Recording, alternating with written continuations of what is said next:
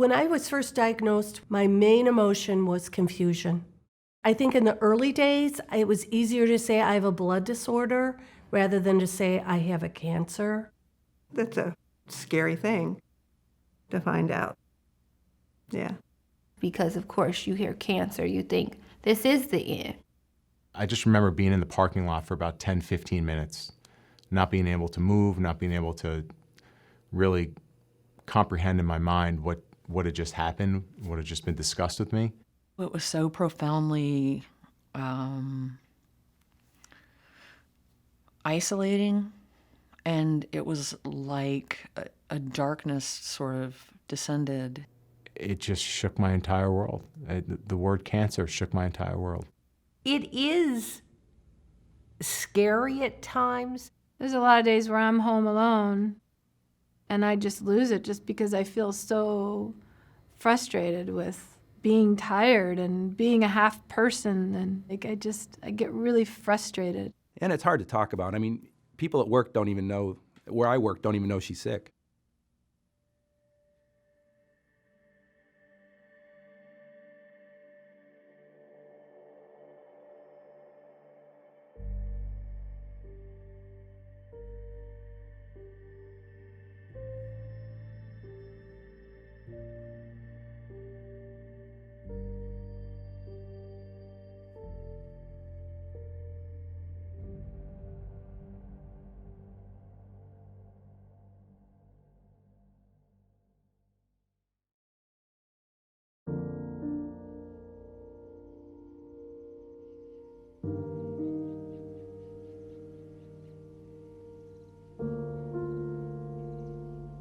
Not in a million years would I have thought I would have a blood cancer.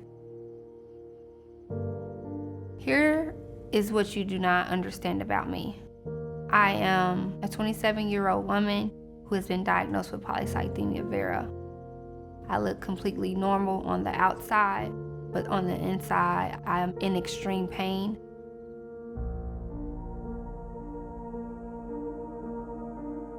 When I was 23, I started to experience symptoms, fatigue, dizziness, and extreme pain. At first, I thought it was tiredness, exhaustion, possibly dehydration. I didn't think it was anything other than that because I was working a lot and I also was a full-time student. I got a blood test by my primary care doctor and he diagnosed me with a blood cancer.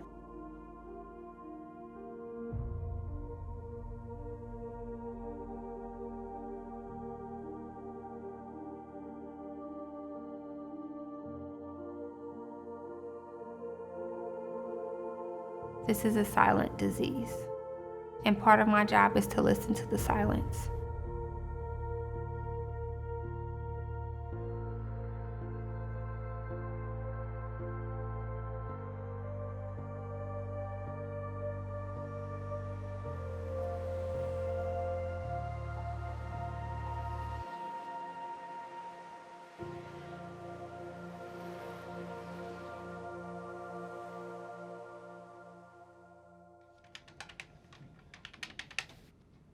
Hi, Ariana. I know we spoke last week in regards to you working in the bakery department.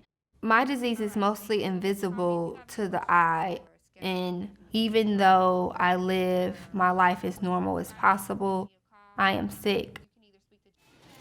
Hi. How are you, sir?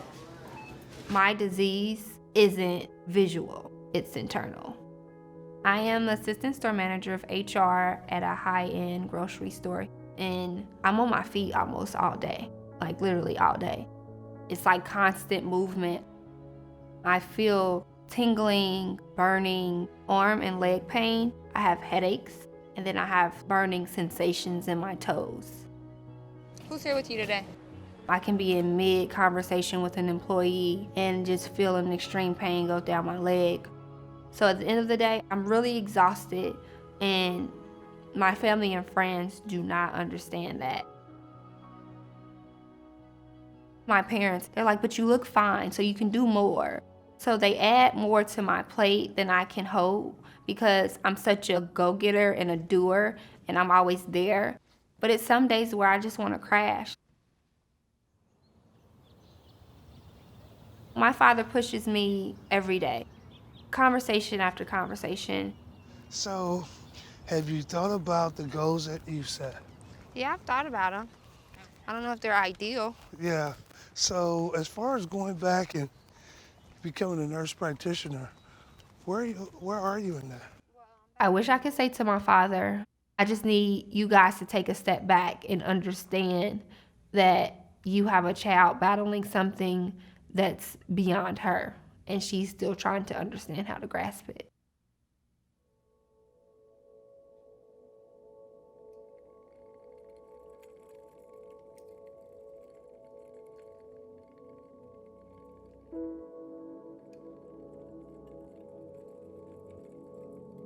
My story is very unique because I was very young when I got diagnosed. I've ended up in the hospital several times in the past 2 years. This isn't a sometime disease. This is an all-the-time disease. I'm afraid because I feel like if I fall, no one is there to pick me back up. I need someone to help me understand and be able to grasp this diagnosis.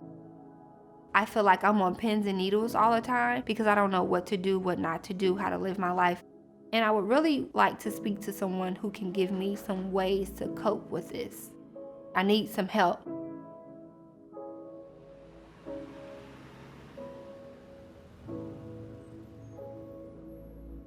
I've been so self-sufficient for so long. Why can't I just figure this out on my own? And I've gotten so used to being that way that it has consumed my life. I know I need to go to a support group, but it's a scared feeling.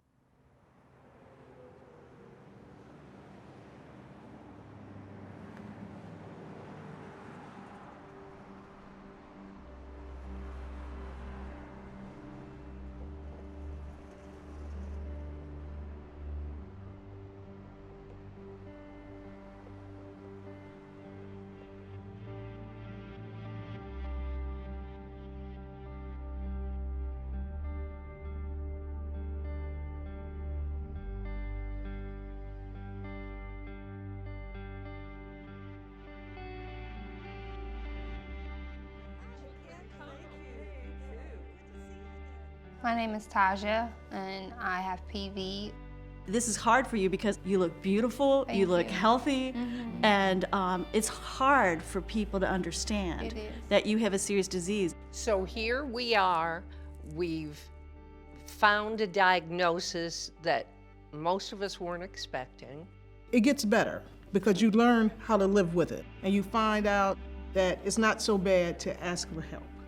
We try to take care of ourselves, and that's one of the hardest things you learn is you got to take care of yourself first. Yeah. I think you're finding your voice. Start asking the right questions at the right time, and it gives you courage to go forward. You have to be your own advocate. You have to do the research, and it helps to have somebody to talk to. It does. We're living with it each day, and if you need family, I'm available. I'm here. We can reach out to each other. Absolutely. Yes. You're not leaving here without our phone numbers, not our at all. emails, No, our Facebook. No, So. thank you so much. Yeah. All these encouraging words, like, I can't appreciate this enough because I feel like I have taken a brick off each of my shoulders and laid them down. Because it's been so heavy. Like, I needed this. You guys don't understand. Like the impact that We you needed guys. it. We needed you. We needed you. Thank you guys so much. It's really been a pleasure. And I do want to continue this conversation because I feel like we all have more to say. Yes, we do.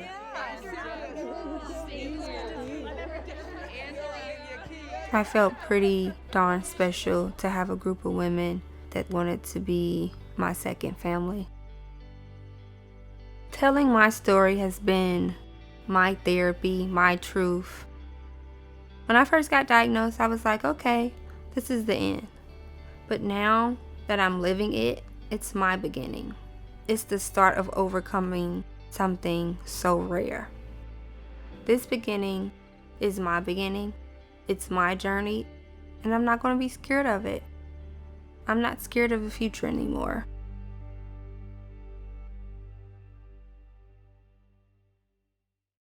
I found this website for MPN patients, and it said,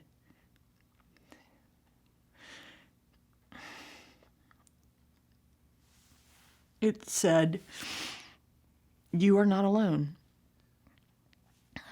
And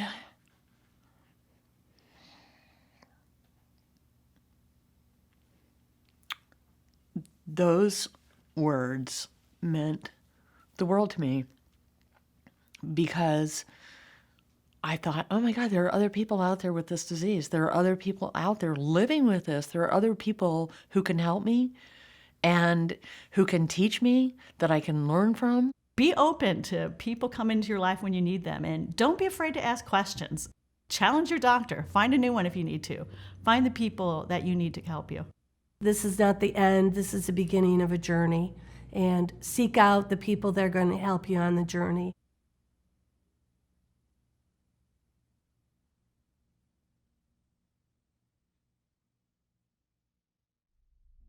I'll think about all the positive things. Nothing wrong with this, even before the doctor. I have these fights in my head. How long am I going to live? When are my symptoms going to get to the point where I can't function? Can I work? Can I be there for my kids? Can I be there for my wife? The hardest thing is the unknown. What does my life look like in 2 years, 5 years, 10 years? Am I going to be there for my family?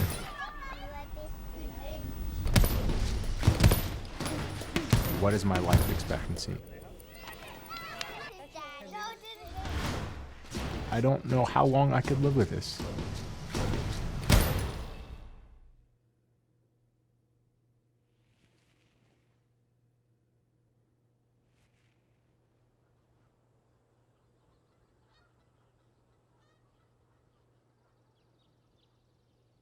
My diagnosis came totally out of the blue. I went in through a routine physical, and I was told that my red blood cells and platelets were high. The doctor said, you have polycythemia vera, which is a blood cancer. At that point, it came as a complete shock to me.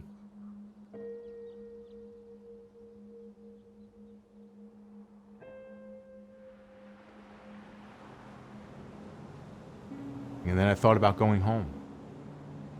You know, I knew my wife, Kara, was playing with my son, and just going home and sort of telling her that I had blood cancer. I am angry about PV. I'm angry that this happened to me. I'm angry that PV could affect the way I live my life in the future. I'm angry about the mental battles that it forces me to go through. I'm angry I have PV.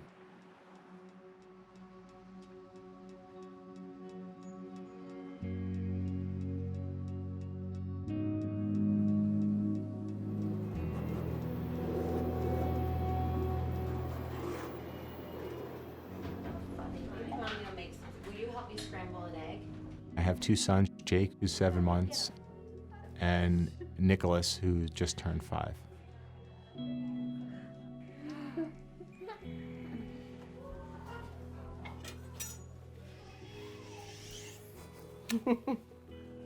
I do definitely protect my family as much as I possibly can. Kara, my wife, asks me how I'm doing, and I say fine. She doesn't need to know how I'm feeling. It's not a good thing that I do that, but it's a defense mechanism. It's a protection mechanism for me. I experience symptoms every single day. Dizziness, headaches, cameras flashing, itching, bone pain, stomach pain.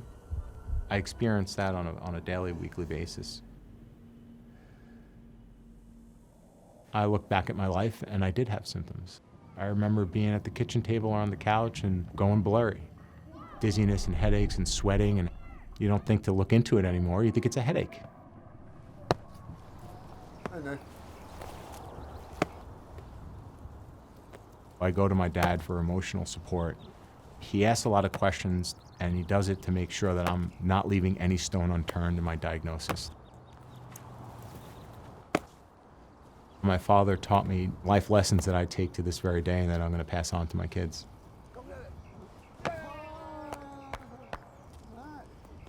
The most difficult part of this disease is the unknown.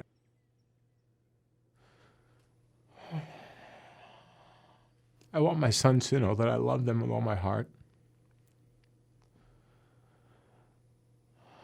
I want my sons to know that life is challenging.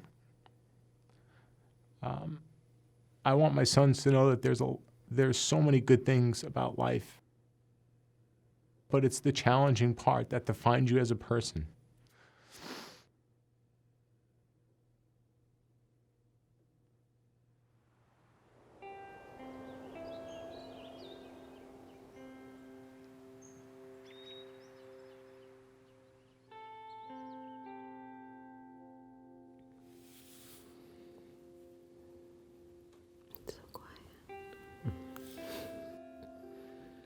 Kara gives me strength.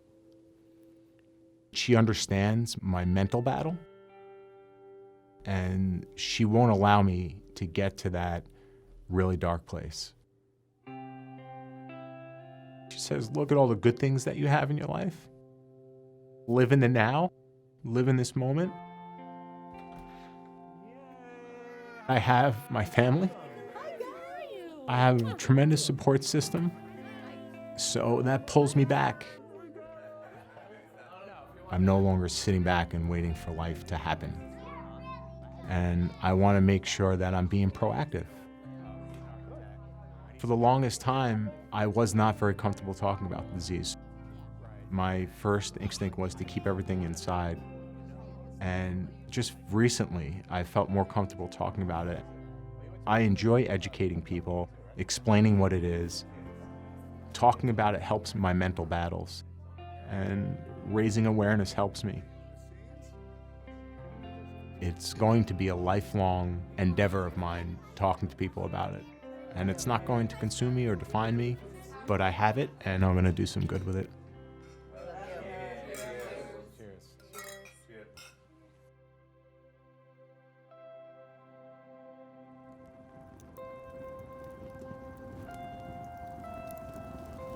I've learned that I am capable of dealing with a life punch to the gut, but I have the support system and I am able to obtain the strength to deal with it. I know my story is not typical. With polycythemia vera, most people are diagnosed later in life. I don't know what the future holds. Every single minute is extremely precious to me. I have a long way to go, but I'm ready.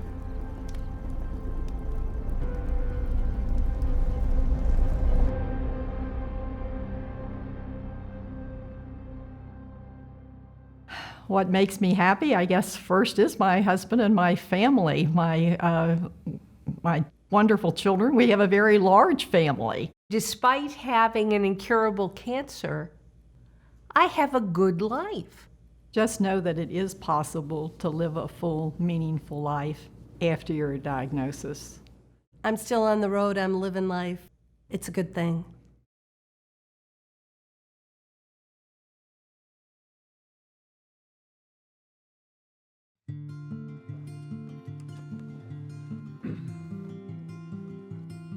Hello. Hi.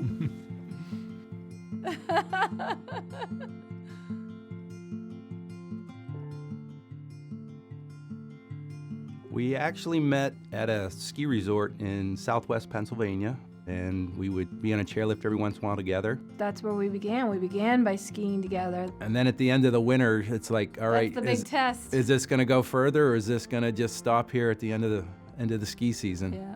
And yeah, that was kind of a big deal for me to say, all right, let's see if we can make this go.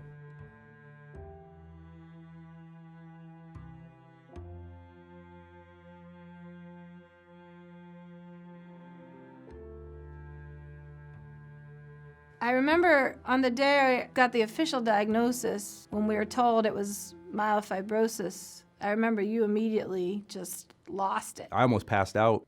I've never passed out in my life, but I almost did that day. At first, I didn't think I was going to be able to handle it. I didn't want to have to deal with it. I didn't sign up for that. It's a life-altering diagnosis.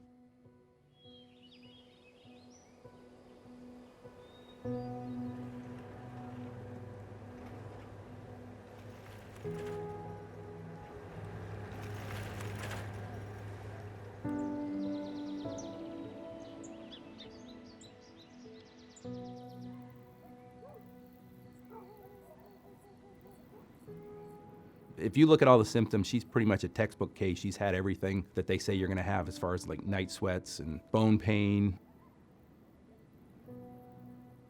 There's times when I have really good energy, I try to take care of a lot, and it's a relationship, it's a marriage, we should be 50-50, but you do a lot more than 50%. You work all day, you come home, a lot of times you cook dinner, you clean, you walk the dogs at 10 o'clock at night before bed. Every once in a while I realize how stressed I am, and then it gets put away for a while, and then it pops its ugly head every once in a while. Yeah. I think it's a lot harder for you being like, the quote-unquote caregiver. And a lot of times I don't even think of myself as a caregiver.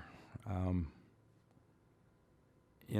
just doing what needs to be done. I'm a scientific person, so I kind of read and look at statistics, and the scariest thing for me is looking at those blood reports every 3 weeks. I get anxiety just to know, have these numbers changed? Are we trending in the wrong direction? I'm an electrical engineer. I work on some complex projects, and Amy's myelofibrosis is something I want to fix so bad, but I can't.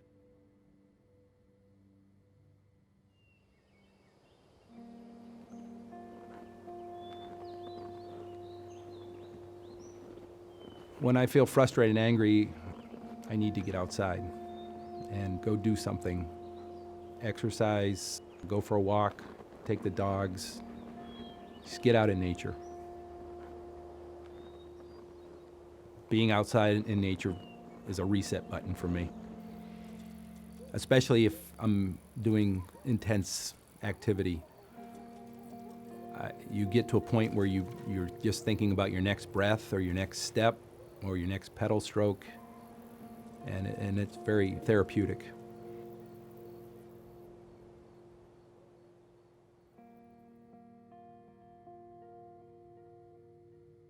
I miss being on sports teams, playing team sports. When I was diagnosed, I was still playing flag football, and you were on my flag football team that one season. Yep.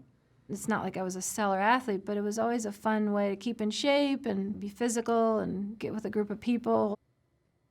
We have a group of friends, and they make us feel as normal as possible, but you do see things through their eyes every once in a while where, somebody's jaw will drop when they see her walk up the stairs and literally, scream in pain, like, oh, I didn't realize it was that bad.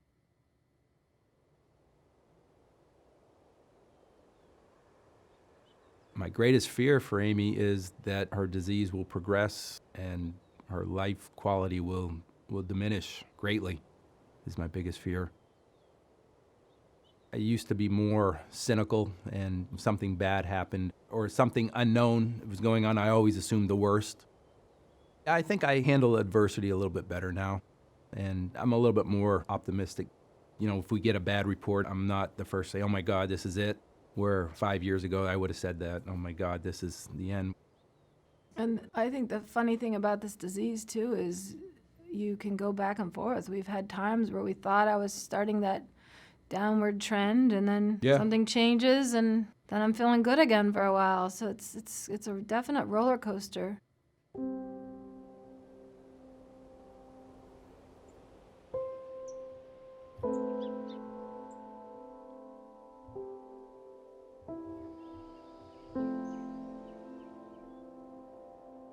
I think if I hadn't met you and you weren't with me during my diagnosis and throughout this process, I would have been one of the statistics.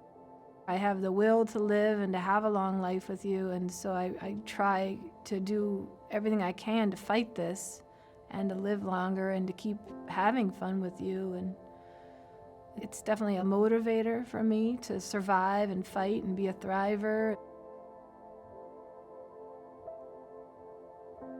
Skiing is the one thing I can do with you and feel like I'm normal, like we are our old selves again, because it's the one thing we can still really do together.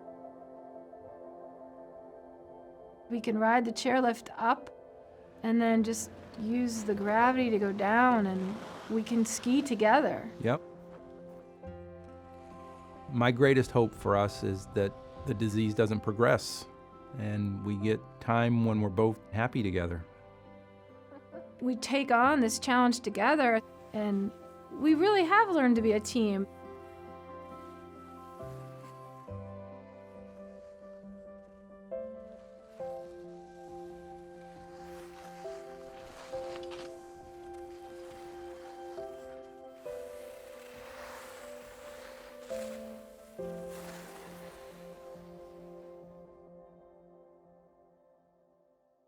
I do want to get married and have children. That's my dream.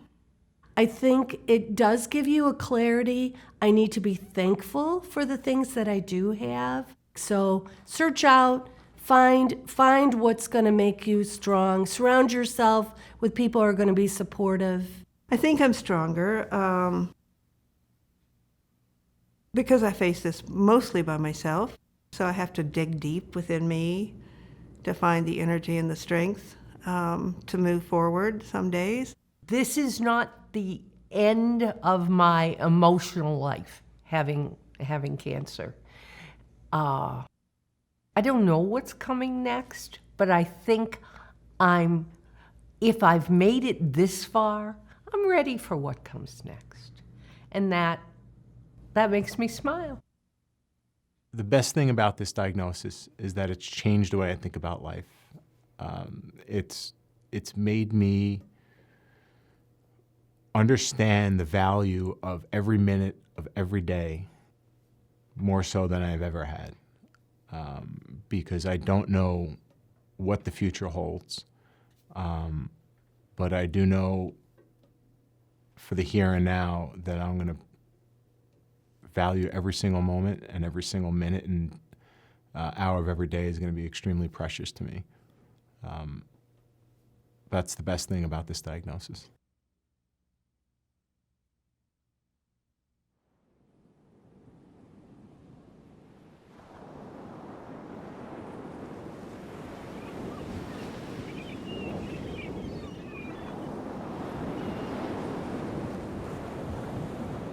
I have a dream where I'm underwater, just swimming around. And then somehow I'll get sort of caught or trapped. And then my inner voice says, "You forgot. You can breathe underwater." And I think, that's right. I can breathe underwater.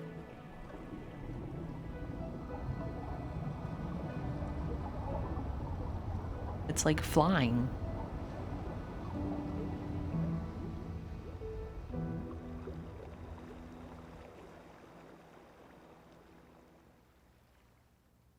I was first diagnosed with polycythemia vera. I was 32 years old and just living my life. But I just was so fatigued and tired all the time. And I kept going back to the doctor and saying, there's something not right. There's just something not right. My symptoms in the beginning were just like this really bone-crushing fatigue and getting super itchy in a hot shower. And I couldn't eat a full meal because I just got full so quickly. So the doctor sent me to a specialist, and I pulled up to a building that said Cancer Center, and I thought, what? And I met with the doctor, and he said, yes, you have this blood cancer, polycythemia vera. And it was utter shock.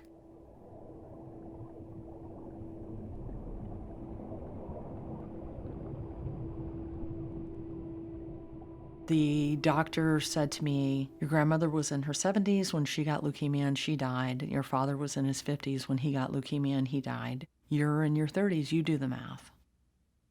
And there was a moment where I thought, oh my God, I'm going to die from this.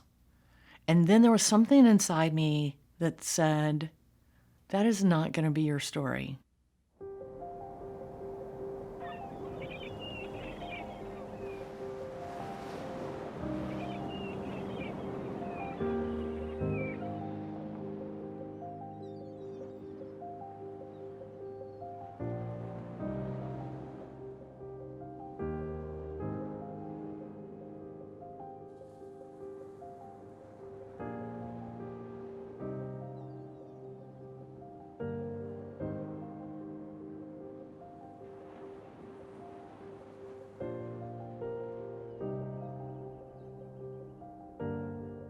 I have my story, and every MPN patient has their story. My polycythemia vera turned into myelofibrosis, and I needed a bone marrow transplant. There's just so many things that I have to be careful of because of the risk of bacteria. I can't go in a public swimming pool. I can't swim in the ocean, which is huge. There are bacteria in the water that could overwhelm my immune system. I could easily end up in the intensive care unit, and it could be life-threatening. Water is like the air I breathe. It soothes my soul in a way that nothing else can. What I really want to do is get back in the water. The manatees are coming to Florida. I understand that I can't put my life at risk, but I've been waiting.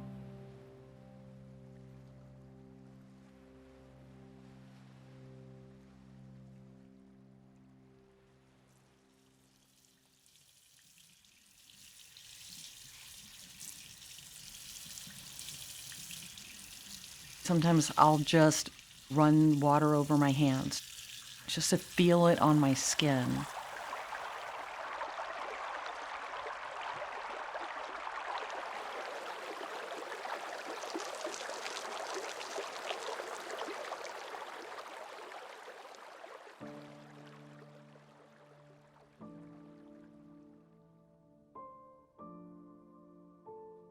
You want a blanket? My best friend Val continues to be my main support system. She makes sure that I take my medication and stay hydrated. Yes. I literally would not be here without her. But if you don't drink. When I was first diagnosed with polycythemia vera, it was really hard to be diagnosed with something that nobody knows anything about. It's like having an invisible 80-pound weight that you carry around on your back every day. And people can't see it. And they look at you and they're like, well, you look fine. They don't get it. So it really is about your friends and your family and your caregivers who do get it.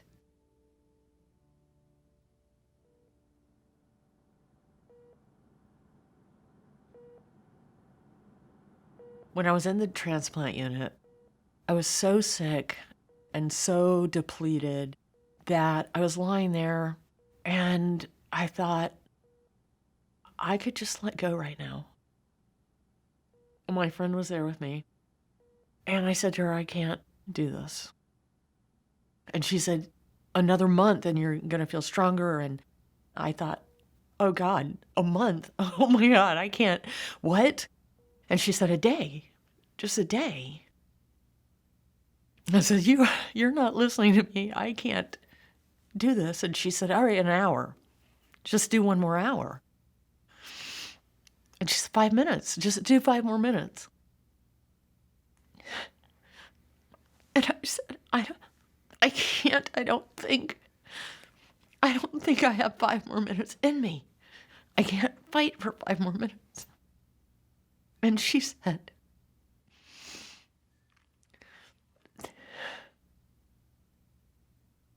then just do one more breath. And I said, okay, one breath at a time.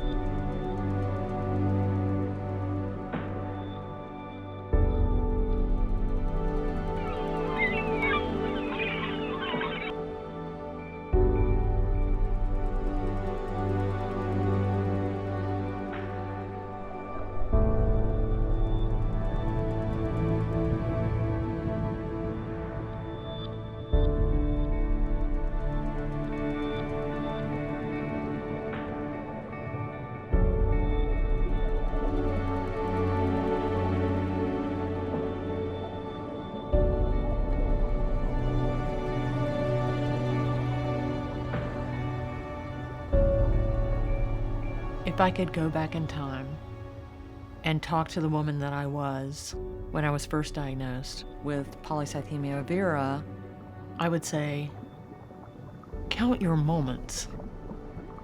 This disease doesn't define you, and this disease is not going to stop you.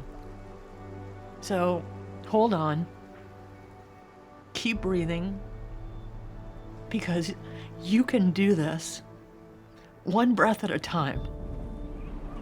One more breath.